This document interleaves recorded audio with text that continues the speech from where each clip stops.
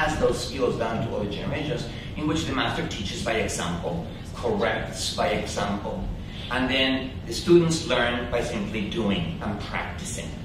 Now, architects are perfectly familiar with this distinction because you read and you study ideas and you read the manifestos of other architects and you write your manifestos. Every architect wants also to be a visionary.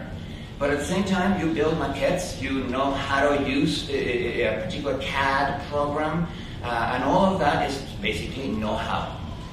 So once architects begin to realize just how much their discipline is an integration of both types of knowledge, and they begin to respect more, and I'm not saying that you guys don't respect it already, but certainly there are a lot of professionals out there who do not respect skill,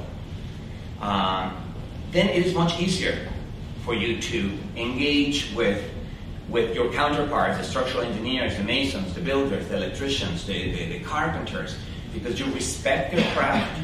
Now you're not seeing them as inferior. You want to learn from those crafts, which immediately brings you into a closer relationship with them. And you become curious and interested in material culture in general. I believe that is something that we as teachers need to teach our students to begin to appreciate, so that when they do enter into a dialogue during the construction process with all those material cultural producers, the dialogue is not a dialogue from the designer who came up with a cerebral form and is imposing it upon a linear matter, but the dialogue of a team in which all together we're going to try to tease out a form from materials that are both non-linear and non-equilibrium. And there's probably a knowledge of in those artisans as well, right? A knowledge of, not just a knowledge how, a philosophy of materials.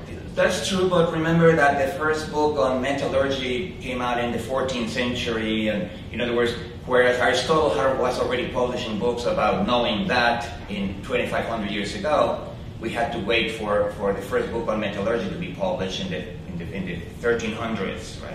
In other words, yes, they do also engage in verbal behavior, but that is not the most important thing for them, right? Because they pass their knowledge by example, by actually